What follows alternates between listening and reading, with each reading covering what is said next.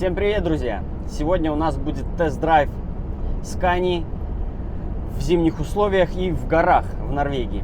Поедем мы с вами в Берген через 52-ю дорогу. Возможно, через 52-ю, я еще посмотрю чуть позже по карте. И почему решил сегодня снять такое видео? Самый популярный ежедневный вопрос в группах, в скандинавских группах, где водители, это по какой дороге ехать на Берген, по какой дороге ехать на Берген. То есть это с каждым годом ситуация не меняется, до сих пор вопросы, скорее всего. То есть ребята приходят новые работать регулярно, и вот от этого возникает такой вопрос. Но и там же им сразу же выскакивают такие советчики, которые вообще малокомпетентны в чем-то, и, вероятнее всего, они вообще не ездили никогда в Берген. Вот. Поэтому сегодня я покажу все основные моменты этого маршрута от Осло до Бергена через 52-ю дорогу. В дальнейшем, возможно, будут видосы с обзором других дорог, также в направлении Бергена.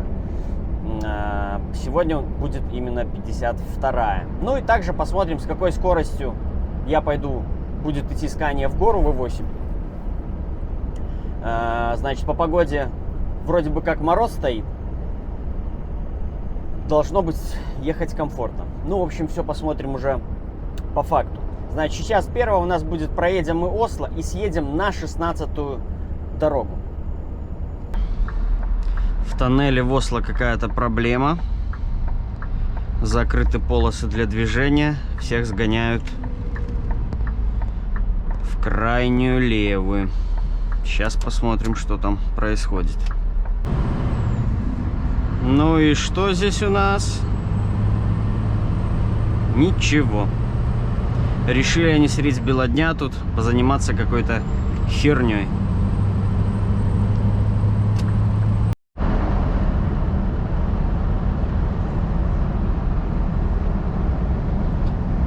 Вот наш съезд на Берген, на 16-ю дорогу.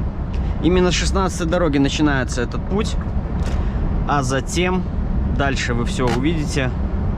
Будет у нас 3 путя, так сказать. 7-ка, 16-я и 52-я. И значит, здесь, в Осло, погода в зимнее время всегда примерно такая. Бывает морозик, бывает выпадет снег, он растает. Ну, в общем, нестабильно, можно сказать. Ну и много здесь никаких тут коллапсов снежных длительное время не бывает. Вот. И сейчас мы спускаемся сразу в тоннель с этой дороги на 16-ю. Из тоннеля уже может показаться немножко другой совсем мир, другие пейзажи. И погода может тоже уже быть совсем другая.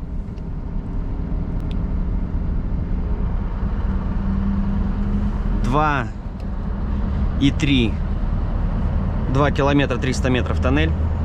И пока в тоннеле пройдемся с вами мы по режимам, которых у меня не так много. У меня всего лишь здесь 2 режима работы коробки. Это автомат и автомат Power. Ну или автомат ракета, как некоторые называют. Вот. То есть никаких тут эко, ничего такого нету. То есть самое простое. Автомат работает в таком спокойном режиме. Автомат Power переключает, просто крутит больше обороты, и все на этом. Поэтому, я так понимаю, мне придется иногда, не иногда, а практически всегда в горных условиях пользоваться мануальным переключением, то есть, ну, ручным режимом. Потому что нам не надо, чтобы она там передачи щелкала и повышала обороты. Нам нужна стабильная, равномерная скорость, чтобы подняться на подъем. Вот значок 300 метров Кетингплас. И сразу после выезда со 2-го тоннеля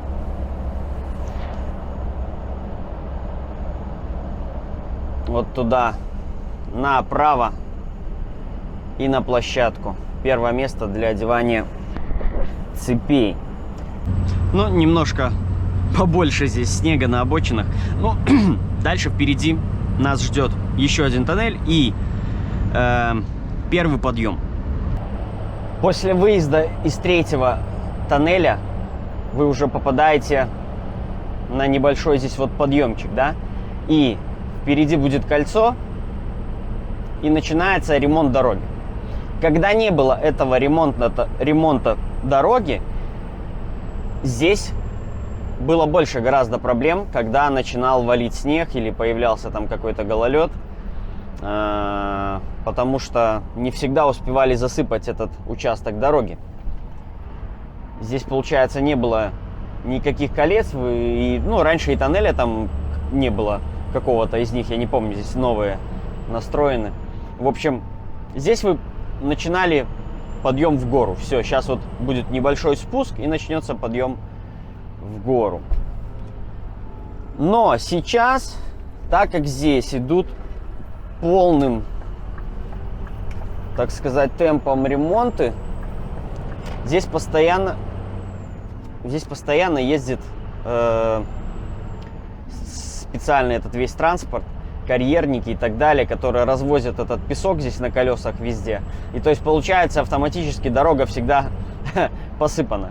И на кольцах, и на самом участке дороги. Да, немножко создает здесь сложность этот ремонт, но в плохую погоду, в дневное как бы время, вечернее, утреннее, здесь пока что я проблем не слышал, чтобы у кого-то были, чтобы кто-то не поднялся за счет того, что автоматически дорога всегда получается посыпанной. Но когда не было ремонта, да, здесь проблемки, конечно, были. Все, вот здесь вот вы просто начинаете идти затяжной, начинается подъем, и вы идете вверх, вверх, вверх, вверх. И я вам скажу, когда заканчивается этот подъем, он идет у нас вплоть до радара. Да, это такая конечная точка, по которой можно ориентироваться, что можно выдыхать и расслаблять булки. А так, да, здесь у меня проблем здесь никогда не было, но видел я висящих здесь двухосников. Как видите, вот здесь вам, пожалуйста, подъем, одна полоса, и вот кто-то, если где-то здесь шкрябается, сзади уже все останавливаются, и вы даже если шли уверенно, то после остановки вряд ли вы уже тронетесь. Ну, видите, даже сейчас здесь мороз -7, дорога и посыпана, ну и, в общем, нормально здесь. Пока мы крадемся тут по ремонту, я бы хотел еще посоветовать альтернативный метод смотреть погоду и обстановку на дорогах, да, ну и те же камеры, на сайте ur.no. Я оставлю его в описании. И вот вам немножко по меню. Здесь на самом деле очень просто. Выбираете вот этот значок, не надо там переводы, ничего, то есть быстро все доступно. Выбираете значок с горой, меню, открывается вам все дороги. Южная Норвегия и Северная Норвегия. Выбираете дорогу, по которой едете, и вам расклад по погоде, по ветру и камеры. Все самое необходимое. И также вам будет написано, открыта она или закрыта. Вот как видите, пару дорог закрытых, некоторые закрыты уже вплоть до лета. На зимний период, да, в Скандинавии трехзначных дорог много, каких закрывается вообще, то есть по ним никто не ездит. Они в спячку ложатся такую. Здесь, насколько я понимаю, ну, естественно, строится новая дорога, и также частично она будет с тоннелями, или здесь вообще один сплошной тоннель строят до самого верха. Я точно не знаю. Нигде как-то не попадалась новость, не читал, но я думаю, только где-то к концу 2023-го, это в лучшем случае, здесь будет закончен ремонт. Ну и вот можете немножко ощутить и по звуку машины понять, что подъем такой нехилый здесь. Помните, я вам сказал, что подъем идет до радара. Радар у нас, кстати, на 50 километрах. Я чуть не нарушил.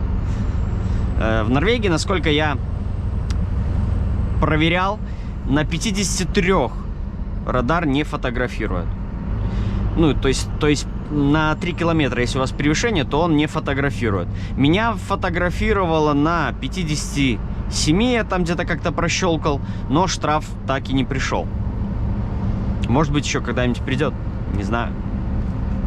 Все, подъем у нас закончен, дальше уже будут такие прыг-скок, но ничего серьезного уже не будет.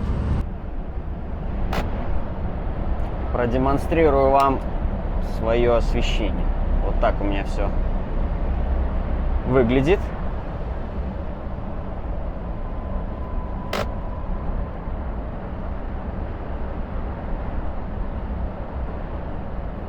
И также добавим красного.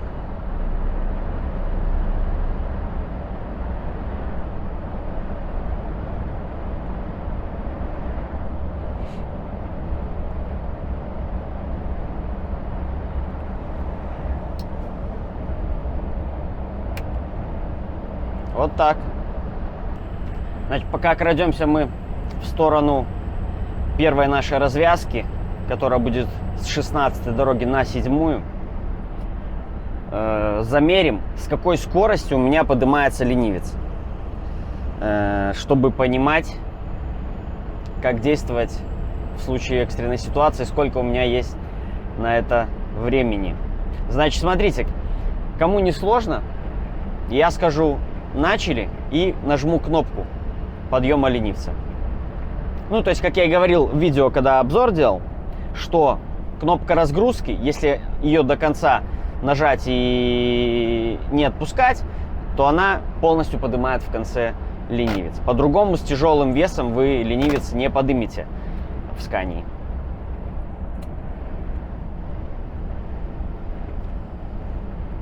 Значит, по команде «начали» включайте секундомер, или у кого-то часы, может, есть. И я скажу «стоп», это когда он уже полностью поднялся. И чтобы я вас не обманывал, я вам все это покажу. Итак, начали.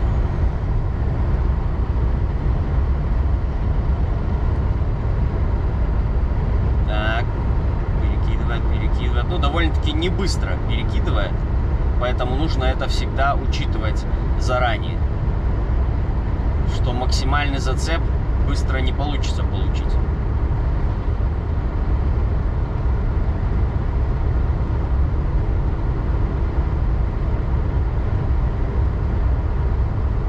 Все, поднят, стоп.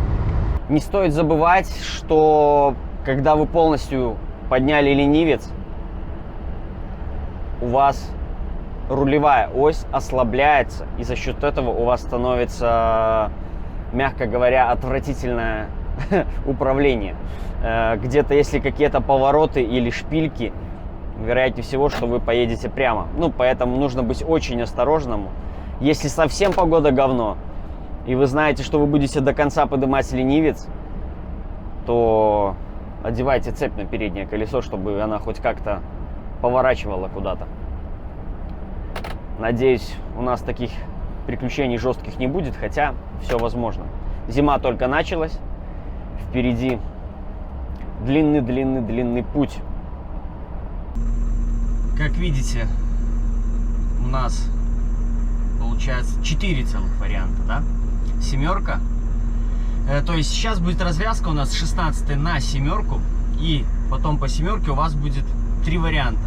Полностью ехать по 7, съехать на 52-ю, съехать на 50-ю. Ну, 50 это вообще самый жесткий вариант, если только по нему ехать, когда, например, какой-то косяк на 7, косяк на 52-й, ну, например, машина какая-то там, да, посреди дороги легла, все, там долго будут ее пока эвакуировать, то, конечно же, либо стоять, ждать, либо ехать по 50-й. 16 все, прямая 16 до упора идет до самого Бергена, в общем. Мы же сейчас будем на кольце уходить с 16 на 7, и потом с 7 поедем на 52-ю. Как видите, расстояние, разница в 70 километров от 16 до 7. Ну и поговорим немножко о этих всех дорогах. Как видите, люди даже иногда не могут выбрать маршрут, что просто кидают машину. Настолько сложно это сделать. Наша первая промежуточная точка, к которой вы должны уже подъезжать с полностью принятым решением, куда же вы едете. Если вы едете прямо по 16, значит едете вы прямо по 16. Но если вы идете на 52 или на 7, значит потом вам, в случае чего, вам потом придется разворачиваться.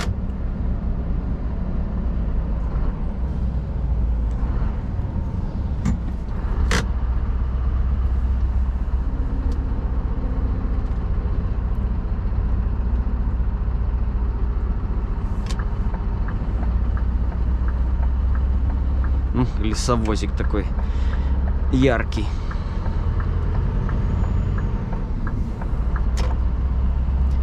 Значит, расстояние от этого кольца до развязки на 52-ю никаких вам приключений приносить не должно. Абсолютно. Здесь спокойная дорога, небольшие спуски, небольшие подъемы. В общем, ничего сверхъестественного. Поэтому этот промежуток я проматываю до 52-й. Итак, мы с вами добрались до городка, где будет развязка у нас уходить 7-я и 52-я дорога. Мы уходим на 52-ю дорогу. Начинает темнеть, хотя еще всего лишь сколько у нас? Ну, уже, да, пора. 15:30 сейчас по норвежскому времени. Но я думаю, мы еще успеем, пока не совсем стемнело. Мы все-таки проедем перевал, все будет хорошо видно. Поэтому погнали.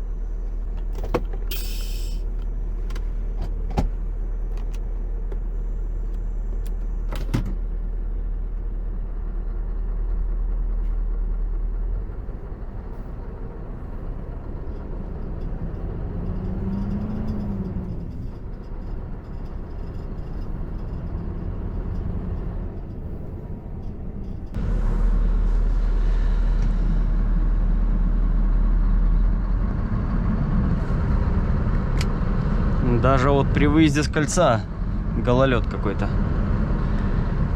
Перекидываю вес.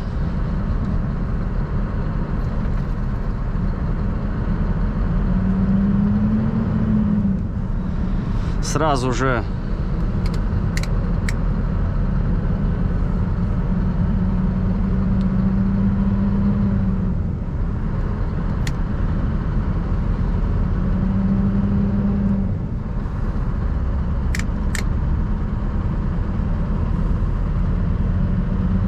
так, что-то у меня пропала разгрузка куда-то, а вот она появилась.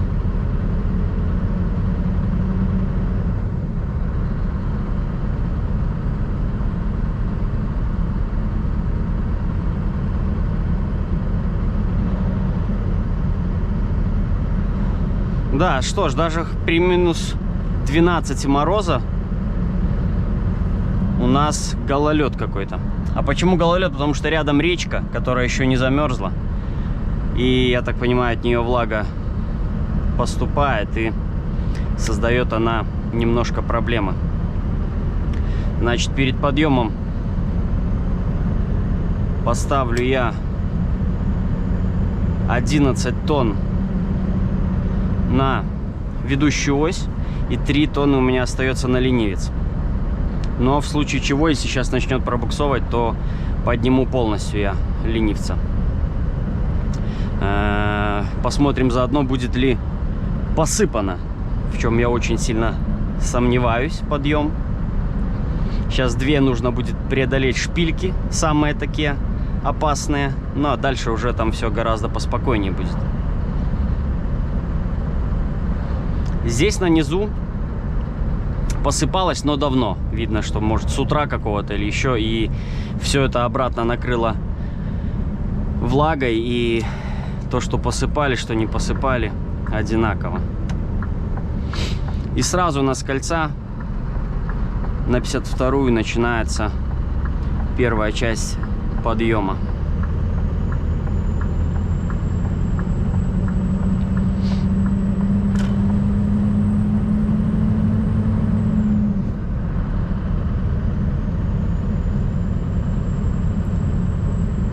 Поэтому здесь еще в городке есть время проверить, с каким весом заходить. И будет после лежачих полицейских, сейчас, после лежачего, точнее, полицейского, у нас будет подъем начинаться.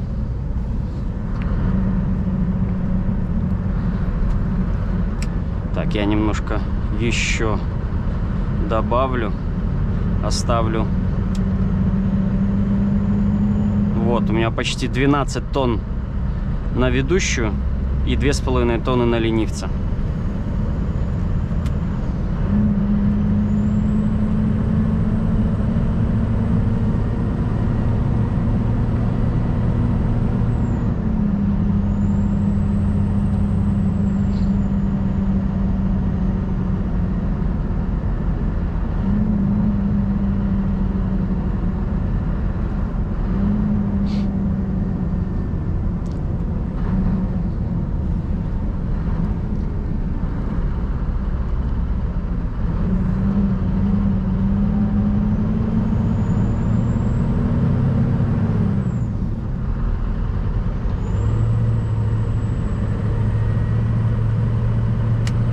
Буксует, поэтому подниму я полностью.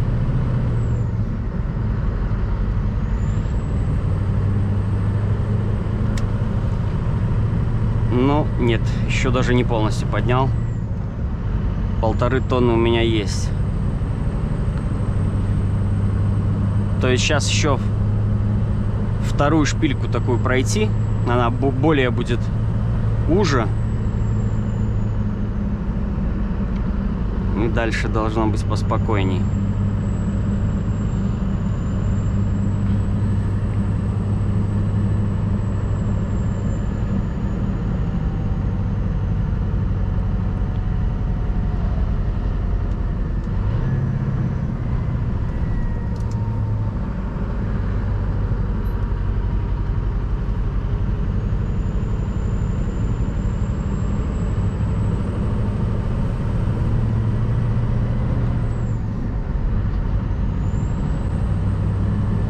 Да, отлично, все. Зацеп хороший. Видите, на низу, вот пока до кольца ехали, действительно речка рядом, и там какие-то проблемы. Здесь, в принципе, все хорошо.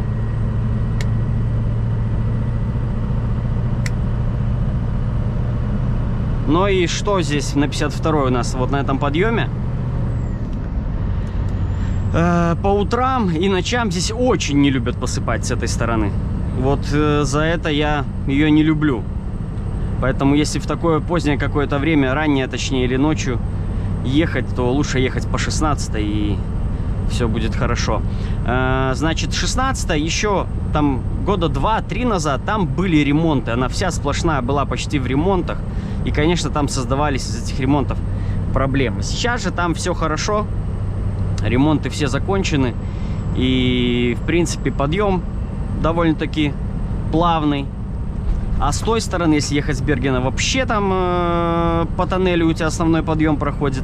Ну и также тоже большая часть подъема на 16-й и с этой стороны, когда едете на Берген. Там тоже в тоннеле она происходит. Ну а здесь сейчас вот этот подъем проходим, и будет еще два. Один более затяжной, и второй уже на самом перевале будет. Там, если... проблемы только могут возникать, если вас остановят. То есть, ну, если кто-то где-то забуксует и не будет возможности его обогнать, объехать, то можно тоже так привстать там. Ну, сейчас посмотрим максимально, сколько мы сможем здесь, пока не стемнеет, все увидеть. Ну, как видите, V8 тянет. У меня 20, правда, немного, 22 где-то с половиной тонны веса. Потому что на прицеп он у меня 21 600. И на ведущую ось у меня в сумме с ленивцем всего 14 тонн. Поэтому нагрузка для трехосника это небольшая. Ну, здесь могу сравнить с 440-й, на которой я до этого работал, что в этом подъем с таким весом я где-то ехал километров, ну, 40. Здесь же как бы 50 у нас... Сколько? 55. Но она идет еще, я не давлю просто газ до упора. Можно еще и разгонять. Здесь затяжной подъем вот идет. Но он, ну, угол его не такой большой. Поэтому не сильно он сложный. То есть главное, вот когда непогода бушует, то вот пройти, в принципе, начало самое, да, 2 эти шпильки, взять уже крейсерскую скорость, и вы спокойно дальше едете. На трехоснике, я говорю про трехосник. На двухоснике здесь цепи. Ну, в такую погоду, конечно, возможно, и не надо, но если завалено все снегом, ничего не почищено, то только на цепях.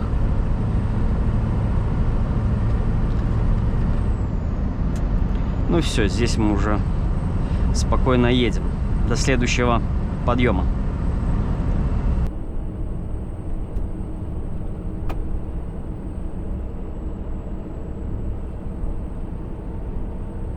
Я не знаю, видно, не видно отсюда, но там на горе стоит большой-большой Санта-Клаус. Здесь, в этом городке у нас, не городке, точнее деревушке, магазин Джокер, и здесь такой поворотик через мост, и еще будет сейчас у нас подъем.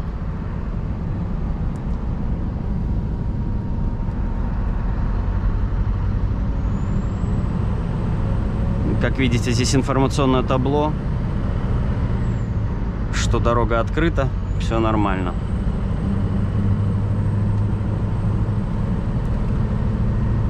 Так, на ленивце у меня сейчас 3 тонны, на ведущей почти 11.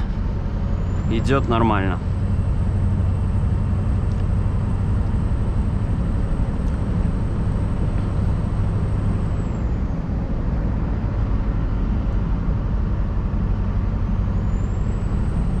Здесь тоже подъем с таким небольшим углом, поэтому особых проблем на нем нету.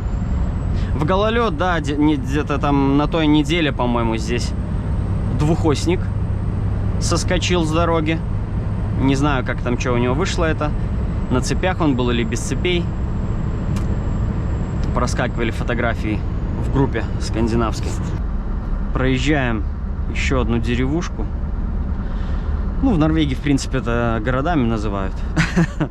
Наверное. Если я ничего не путаю, то тоже после этого городка у нас идет подъем небольшой. Дорога местами где-то блестит, где-то матовая. То есть матовая, когда, значит, хорошее сцепление будет, да? Всем, я думаю, это понятно. Температура плавает минус 17, минус 18, минус 19. То есть в целом ехать, конечно же, хорошо по такой погоде.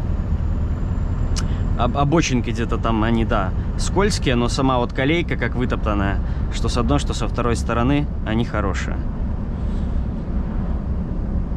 Ну и да, темнеет, ну, надеюсь, я с вами спущусь к 16, чтобы закончить это видео. Но вот куда ты выползаешь? Вот.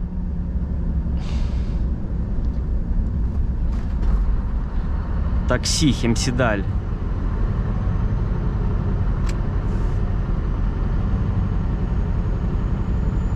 Видите, буксует как. Но, оп, накинули веса, и все нормально. У меня узор такой модный появился от грязи стекшей, когда окно промыл. Как будто так и надо. Я, наверное, городки перепутал. После этого городка у нас подъем будет. Кстати, хотел спросить, подсветка, когда светит, лучше или хуже, или лучше без нее для видео, я имею в виду. Мне вот так, когда в городе подсветка, это она вообще мне не мешает. Но я когда по темному лесу там еду или по горам, то я ее тоже не включаю. То есть я включаю только вот эту вот на маленькой яркости, и она хорошо мне все подсвечивает и не слепит. Но вот интересно просто, как это в камере. Я сам, конечно же, потом тоже посмотрю, как оно передается. Мне просто, ну, думаю, что камере, чтобы лишние блики не делала, что все-таки хуже, когда подсветка горит. Плюс я на минималку поставил свое вот это табло, потому что тоже, чтобы оно зря не засвечивало, так сказать, кадр.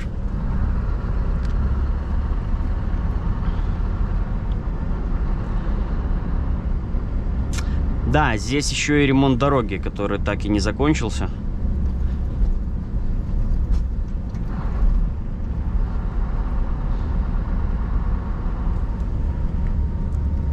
Надо поднять ленивца, чтобы тронуться потом. Все, видите, значок загорелся, что поднят. То есть он это когда уже... Значок загорается, когда он полностью поднят. Значит, смотрите, 16 тонн 200 я поднял полностью ленивец. У нас на ведущую ось. И под колесами у нас лед. И сейчас посмотрим, как мы тронемся с места. Конечно, в очень неудачном месте здесь этот ремонт. Здесь немножко такой идет дорога вверх. Ну, чуть-чуть совсем. Ну что, трогаемся. Все хорошо у нас поехало.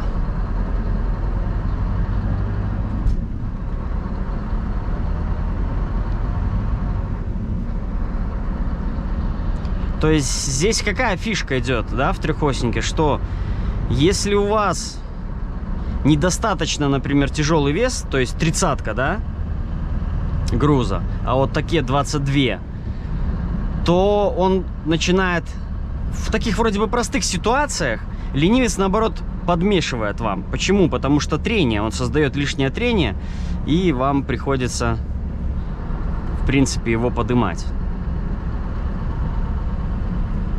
Когда уже, конечно же, 30-ка, и у вас 19,5 тонн давит на седло, то да, там разгрузку даешь тонн 5, ну там 4, ну, по-разному. Зависит всегда, конечно же, от угла уклона. И у вас машина едет. В общем, экспериментирую пока что тоже, в принципе.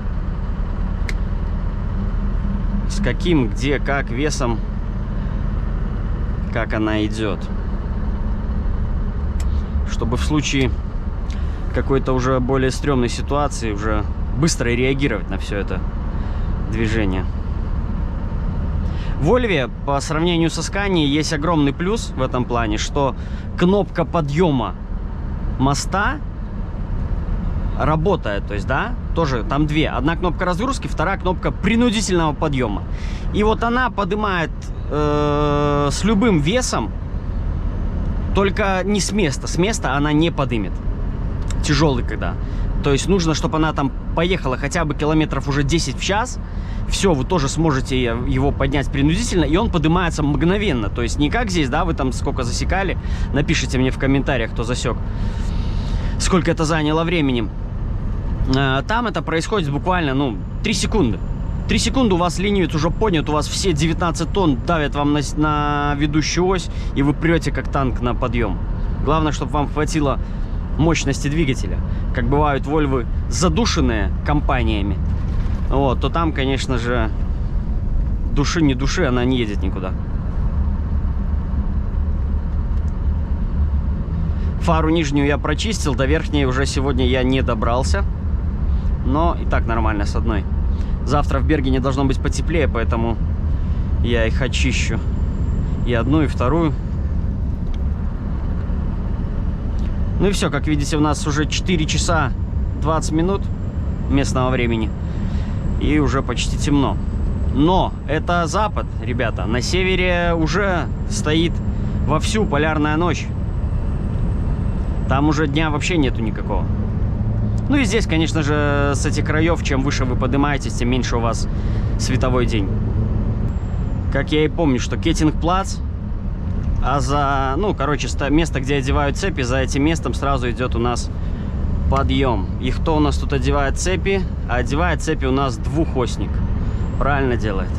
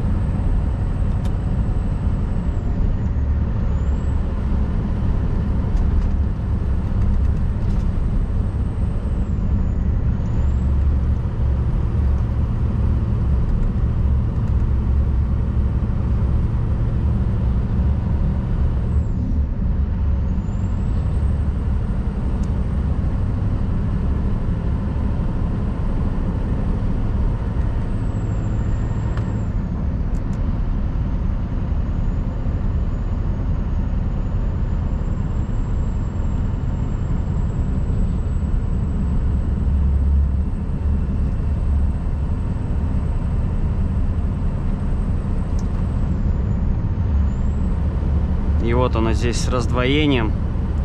2 полосы и идет подъем наверх. Но это еще не последний подъем.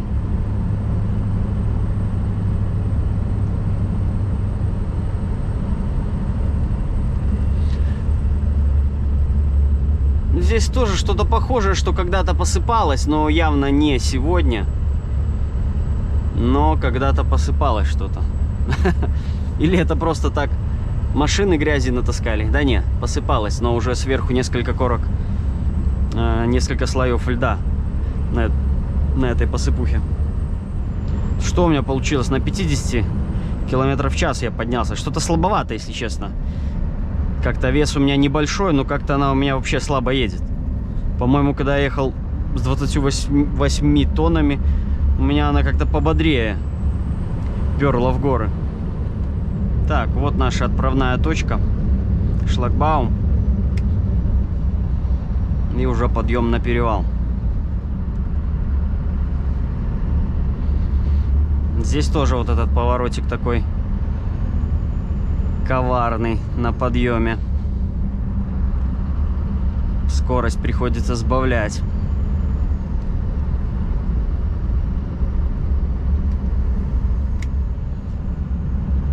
У нас минус 24. Минус 24, но все равно дорога почему-то скользкая. Что-то здесь не то. Ну, за счет того, что вот этой наледи. Наледь, вот она и дает эту скользоту. Если бы здесь был при минус 25 уже, при минус 25, если бы было асфальт, то здесь хоть на лысой резине можно было ехать.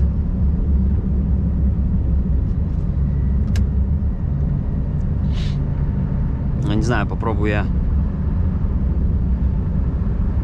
Вот ради интереса я поставлю в транспортное положение ведущую и ленивец. То есть, как оно по стандарту, сколько выходит веса. Вот выходит у нас 8 тонн на ведущую, да, и почти 6 тонн на ленивец. Давай, вырубай свою фару.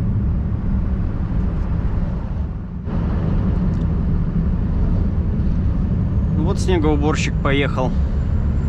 Но он просто так поехал.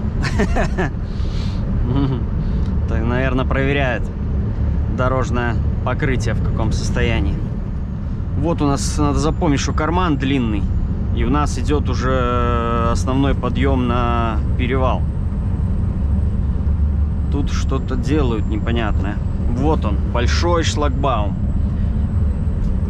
И здесь уже будет у нас финишная точка.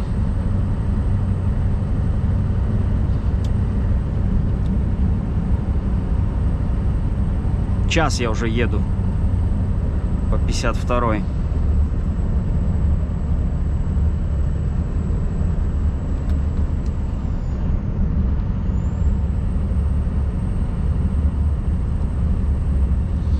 Вот еще один снегоуборщик. Но он также едет просто так. Да что ж ты буксуешь, не хочешь ехать? Так, нагружаем, нагружаем. Оба, до 12 я нагрузил. Нормально, теперь должна идти.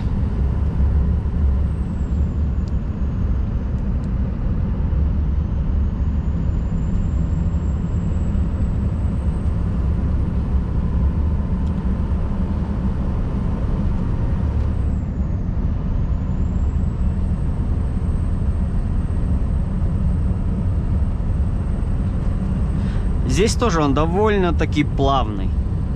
Поэтому, в принципе, по 52-й все ездят. Значит, что у нас получается? По 16-й самое далекое расстояние выходит. Да? Вы видели, что разница на 70 километров. Если сравнивать ее с 52-й в расстоянии, то там выходит 40 километров. Да? Значит, на двухоснике зимой лучше всегда ехать по 16 в данный момент. То есть там самое это будет оптимально, наверное, да? Да, когда будут плохие погодные условия, то все равно придется, скорее всего, одевать цепи. Значит, семерка. Что семерка? Семерка на самом деле не такая страшная, как ее рисуют. В основном все, кто пишут и всех отговаривают ехать по семерке, это потому что им компания запрещает ездить по семерке, потому что там платный вот этот вот Хардангенский мост. Вот, именно поэтому. То есть там что? Посмотрите видео мое, я ехал на двухоснике там. В чем особенности? Что там перевал выше, и он более открытый. Здесь вот у нас с обеих сторон горы. Здесь не так ветер бушует и не такие переметы, как на 7-й дороге. То есть на 7-й дороге может не идти снег вообще месяц, да, а месяц она будет закрыта только из-за одного ветра, потому что будет переметена вся дорога. Зимой там выбивают одну колейку, как видите, здесь у нас почищено, да, у нас 2 полосы для движения. Но тоже, когда будет снег, на 52-й тоже могут водить движение в колонне и будут водить. Мы шлагбаум, который проехали сейчас последний, там собирают машины и за снегочистилкой все колонны едут. Могут обязать одеть цепи. То есть там как когда. Вот. Также и на семерке. Там я видео снимал в месте, где тоже собирают машины. Также могут одеть на вас цепи, и вы колонной движетесь дальше. Что еще боятся на семерке? Это... Во-первых, длина перевала, который вы преодолеваете, она может в 3 раза больше, чем 52-я. То есть 52-я, вот вы короткий отрезок этот проехали, да, и все. А там вы долго едете вот по этой одной полосе, где просто протаптываете снег. Сложнее, да, она сложнее, я не спорю. Но я всегда все равно пробиваю. Разные бывают ситуации, я смотрю, в каком состоянии дорога, какая погода, и у меня нету проблемы поехать по семерке, то есть вообще никакой. Мне она, наоборот, мне она больше нравится вообще, если так взять. Вот. Ну и пустому с Бергена, например, если идти, то через семерку почему бы нет. Там эту шпильку пройти, тоннели эти зигзажные. Пустому налегке. Да, тяжелому, конечно, там машина может порваться.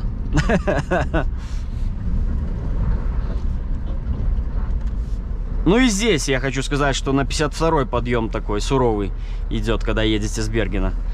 По нему мы проедемся с вами как-нибудь в другой раз.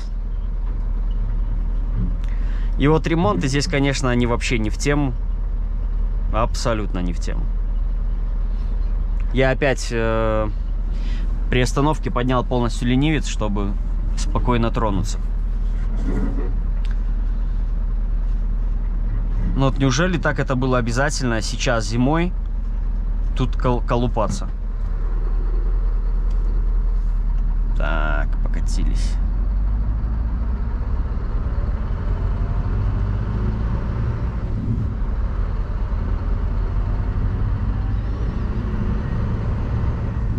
Все, здесь мы спокойно уже мчимся к спуску. Так как уже темно, спуск я не буду показывать. У меня как-то он мелькал в летних видео, спуск. Его с той стороны очень хорошо всегда посыпают, поэтому редко там бывают какие-то проблемы, но бывают, конечно же. Поэтому все, всем спасибо за просмотр. Работаем дальше, снимаем дальше. Всем удачи и пока. Важное, что хотел еще сказать. Вот видите, машинка там спускается. Спускается и хорошо. А тем, кто спускается, всегда нужно пропускать тех, кто поднимается. Где-то вот на этих зигзагах. Сейчас мы будем по ним проходить. Просто на узких дорогах на подъеме. Ну, приостановитесь, пропустите. Ну, в Норвегии так принято. Практически все это соблюдают. Ночью вы хорошо можете по фарам понять, да, где кто там у вас едет, не едет машина. Вот у меня нету никого, поэтому я спокойно буду спускаться. Что-то у меня рухнуло. А, это моя табличка отвалилась, достала она меня.